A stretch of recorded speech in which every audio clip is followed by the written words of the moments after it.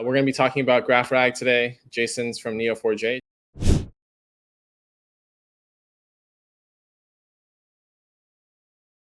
In talking about data and rags and vectors, I like to think of my favorite book, or one of my favorite books growing up, which is the Where's Waldo series. So, if for those who have seen this book, or those who haven't, the each two-page spread of this children's book is filled chock with tons of people in places, and it's super interesting, right? Because you can look at every single character and they're doing something unique. They're all unique characters in this unique space. And the point of this book, or one of the points of this book, is to find Waldo. So I like to look at all these different people in all these different spaces as basically data, right? This is data in the wild. This is your data. And Waldo represents the piece of information that you are interested in a given moment. So if, like me, you spend about an hour staring at this one, eventually you find that Waldo is way over here in this corner. Very hard to find. He's squeezed behind a couple of folks. So, anyways, so Waldo represents the information that we're looking for. And typically, this has been a challenge to find this sort of data, right? In the past, we've had to create structured data systems to put all this data in just so we can find these sorts of insights. But the problem is like structured data only makes up like what, maybe 10, 20% of all the available data that we have.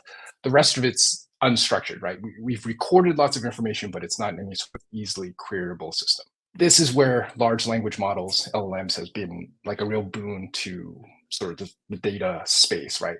So long as the data that you're interested in has been part of that LLM's training set. So imagine this is the entire data set that an LLM was trained on. It can find you Waldo. It can find you, you know, anything that you're kind of particularly interested in. The downside with LLMs, or one of the downsides, is that if you're trying to access information that is outside of the training set, right? That is, say, inside a walled garden, a private data set that's owned by a company or owned by yourself, this data is typically not available for a large language model to train off of. So if you ask it a question about this data, it can't give you any answers, right? So this is where retrieval augmented generation is super helpful, because what it does is it pairs an LLM with that private data so that you can make use of it, and get you get this kind of combined effect, right? So RAG, retrieval augmented generation, was I think proposed like a year or two ago, and the go-to database for, or go-to system for implementing RAGs has been vector databases or vector stores. Now, RAG you could pair with any database, but in particular, vectors have been very it's been a very strong choice. And for those who aren't familiar, vectors work kind of like this. So you've got all these different characters, right? And there's different properties to each of your data points.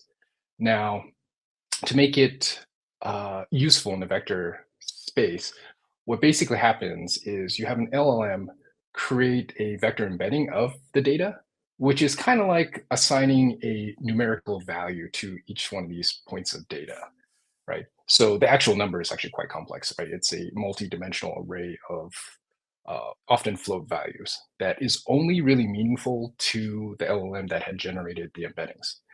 So something to be aware of when you're implementing RAG with vectors is whatever LLM you choose to create the embeddings is also the LLM you would use to create the embedding of your question. So when you're asking a question about the data, you give it to the LLM and it basically gives you a number, right? It gives you this embedding. And that embedding more or less is compared with all the data and their embeddings. So it's, you're finding kind of the nearest number, the nearest neighbor to the embedding that represents your question. So in this case, if I'm asking a question about something, I must be asking about dogs or wolf, and we can see that this number more closely matches the Woof character versus any of the human type characters. Simplified, this is more or less what a vector store and a vector database RAG system is doing. In actuality, of course, the actual RAG vector space is quite complex, right? It's highly multidimensional. This gives you an idea of what the data kind of looks like and how it would be kind of clumped in those spaces. Okay, so the next step in our journey to understanding what a graph RAG system is understanding knowledge graphs, which is just really another term for contextualizing data into a series of nodes and relationships. Going back to our Waldo, where's Waldo characters. Now imagine instead of everyone holding kind of a card representing a number as in a vector database, instead everyone's got threads, and the threads go from one character to another character, or to an idea, an abstract category. So these threads represent the contextual relationship between one piece of data and another piece of data. So in a knowledge graph, it is filled with your kind of data entity points, in this case, our where's Waldo characters, and those relationships. When you have those relationships notated inside a knowledge graph, you get again, the contextualized information about that data that doesn't exist in like single table type data stores. So here, it's probably easier if I zoom in here. So if we're focusing on Waldo here, right? So imagine those threads that connect him to these other characters, right? So behind him was his evil twin, Odlaw, and then to his left was Wenda, which is his girlfriend, I believe. And then behind him on his right is the wizard Whitebeard. And here I've notated the relationships, right, that defined how these two characters mostly interrelate. While researching Where's Waldo, or kind of remembering Where's Waldo, this I thought was interesting was so there's actually two female characters that appeared in Where's Waldo. One is the Wenda, who you saw, and she has a sister, Wilma, and they both only appeared in like a few books. So Wilma appeared first and was, I think, originally dating Waldo, and she first appeared in what was this book? Ultimate Fun Book. And when Wenda showed up in this book, Magnificent Poster Book, this was the last Waldo's book that her sister showed up, the first one that she showed up, and it was also the book that Odlaw had shown up. So yeah, random interesting fact. But again, so this is an example of a very simple, well, the start of a knowledge graph, really. So let's see, Eugene, you're asking, can you do multiple types of relationships with a graph? Yes. So here I've just shown like a single relationship, but in an actual knowledge graph, on an actual graph data, you will have lots of relationships and different kinds of relationships. But you could notate like every time somebody met someone, right?